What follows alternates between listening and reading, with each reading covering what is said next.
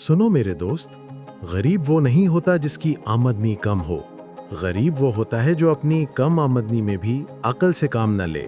मेरे दोस्त, अगर कम आमदनी पर भी इज्जत के साथ जीना चाहते हो तो 3 चीजें हमेशा याद रखना।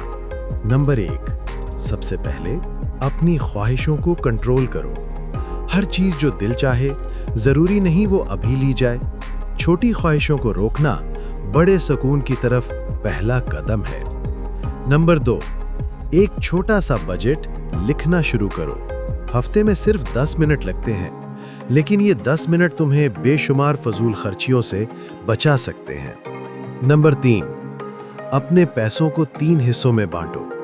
घर चलाने के लिए, जरूरी हंगामी हालात के लिए और थोड़ा सा अपने मुस्तकबिल के लिए, चाहे वो 100 रुपए क्यों ना हो। याद रखो, कम आमदनी बदनसीबी नहीं, कम अक्ल खर्च करना असल नुकसान है।